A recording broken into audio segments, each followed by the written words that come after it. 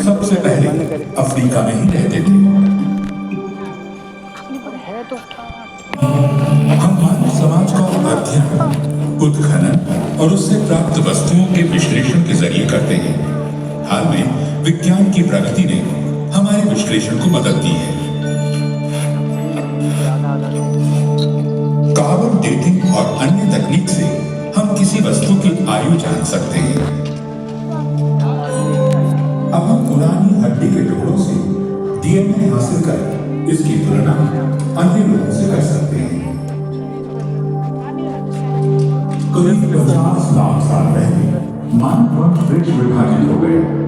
आगे वानर के रूप में विकसित हुए, जैसे हमारे करीबी आनुवंशिक संबंधित चिंपैंजी,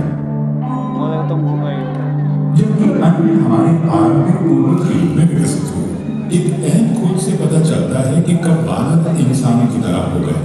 रात में जीवाश्मित उनके पैरों के निशान बताते हैं कि पूर्व मानव वानरों का एक समूह ज्वालामुखी की छाया में चला था।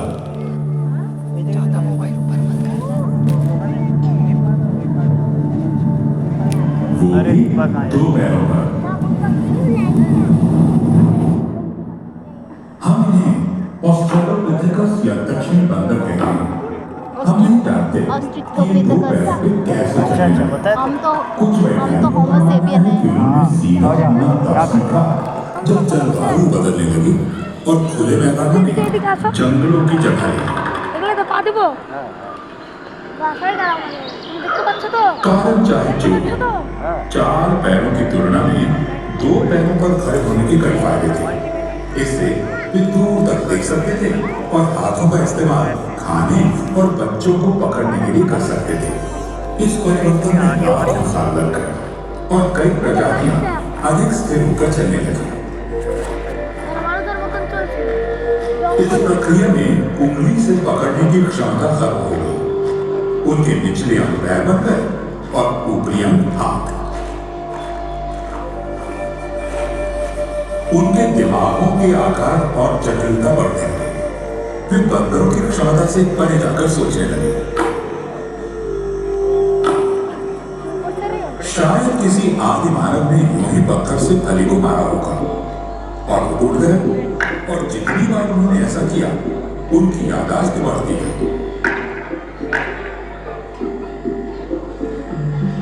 कुछ समय बाद उन्होंने पत्थरों को ही तोड़ना शुरू किया और उन्हें नुकीला बनाया ताकि उनका इस्तेमाल फली तोड़ने के साथ साथ मांस काटने में भी हो सके। हम इन्हें होमो या मानव कहते हैं।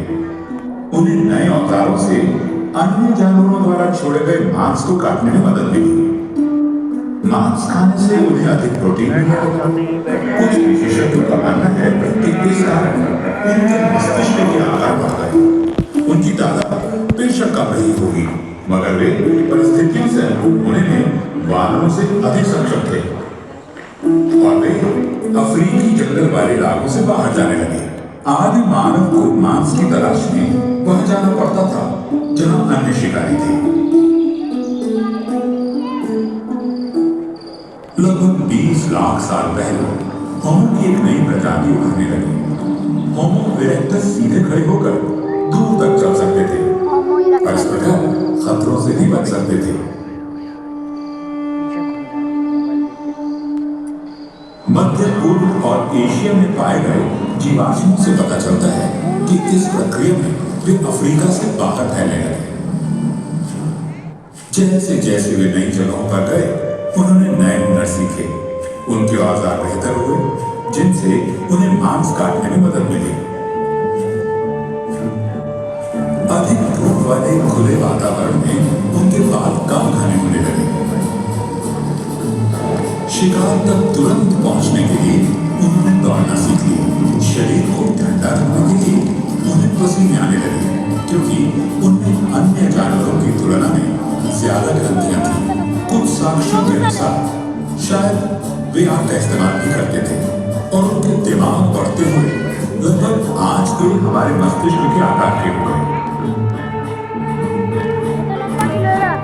लगभग 7 लाख साल पहले अफ्रीका में एक नया समूह विकसित हुआ जिसे हम होमो हाइडेलबर्गेंसिस या हाइडेलबर्ग मैन कहते हैं। उनके शरीर अधिक बड़े और मांसपेशी वाले थे ताकि वे विभिन्न जलवायु में रह सकें। अब वे सिर्फ मरे हुए जानवर ही नहीं खाते थे बल्कि खुद भी शिकार करने लगे।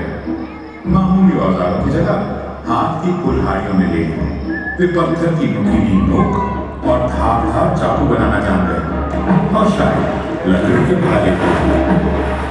एवोल्यूशन यानी उत्त विकास की प्रक्रिया पहले की तरह जारी रही। हजारों सैकड़ों सालों के दौरान हमारे पूर्वज अफ्रीका के बाहर यूरोप और एशिया में ठहरे। होमो हाइडेलबर्गेंसिस से कई नई संबंधित प्रजातियां विकसित हुई। उनकी शारीरिक विशेषताएं एक समान थी, लेकिन उनमें से कोई भी आधुनिक मानव की तरह नहीं था।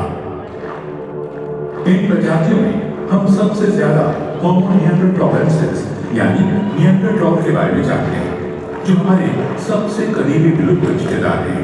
उनके शरीर छोटे और गठीले थे और वे ठंड सह सकते थे।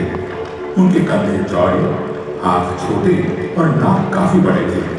वे आधे पोशाक पहनते थे। वे पहले से बेहतर औजारों का इस्तेमाल करते थे और पत्थर काटने से पहले औजार का आकार तय कर लेते थे। वे शायद किसी आदिम भाषा में बातचीत करते थे और सबसे महत्वपूर्ण बात यह कि उन्होंने आग जलाना और उसका इस्तेमाल करना सीख लिया था।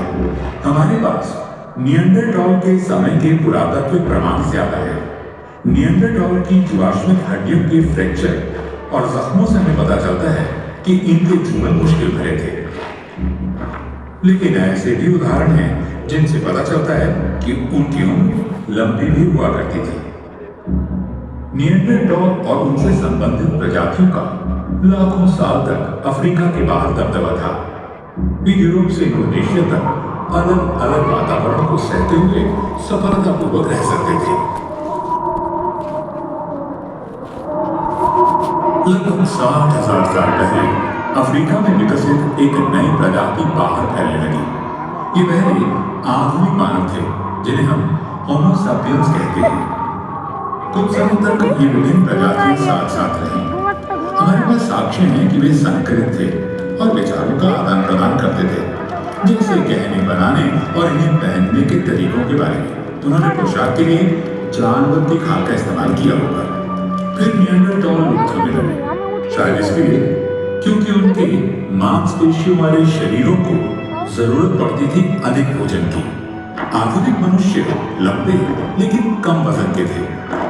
उनके बच्चे देर से व्यस्त होते थे, इससे उन्हें विकसित होने और सीखने के लिए ज्यादा समय मिलता था। उनमें चिंतन की क्षमता आ गई थी। वे निएंडरथॉल की तुलना में बेहतर तरीके से शिकार और भोजन इकट्ठा कर सकते थे।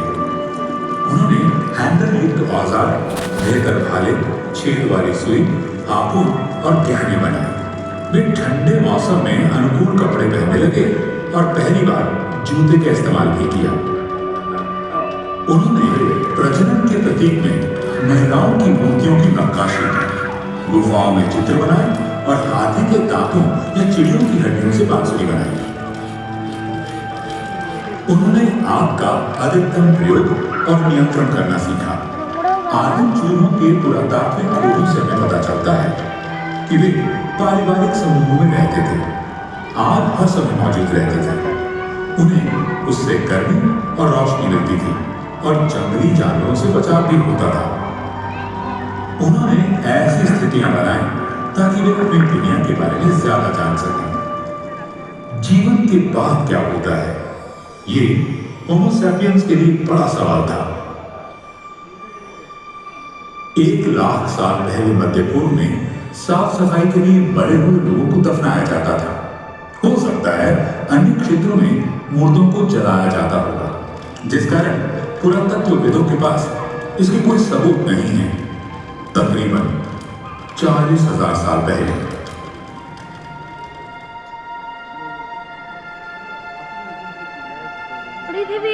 होमो सैपियंस ने इस प्रक्रिया में कुछ रस्मों को शामिल किया, मसलन शवों को सजाना और कब्र में प्रतीकात्मक वस्तुओं को रखना।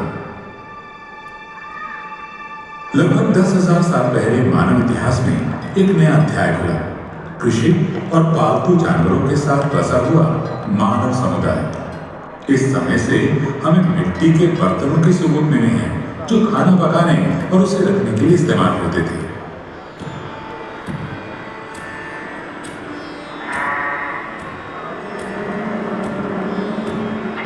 बिल्कुल वैसे ही हमें सबूत मिले बुनी हुई टोकरियों के।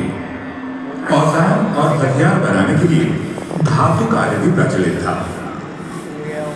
मानव अपने अस्तित्व के सवालों का जवाब ढूंढने के लिए चित्रों, गीत, संगीत और लिखित शब्दों के प्राचीन रूपों का इस्तेमाल करता था। शिकारी गांवों में बसने लगे और वे गांव मानव संस्कृति के उद्गम स्थल बन गए। लाखों सालों तक हमारे पूर्वजों की आबादी 10 लाख से भी कम थी। होमो सैपियंस के आने से ये सब बदल गया। हम दुनिया के हर कोने में फैल गए।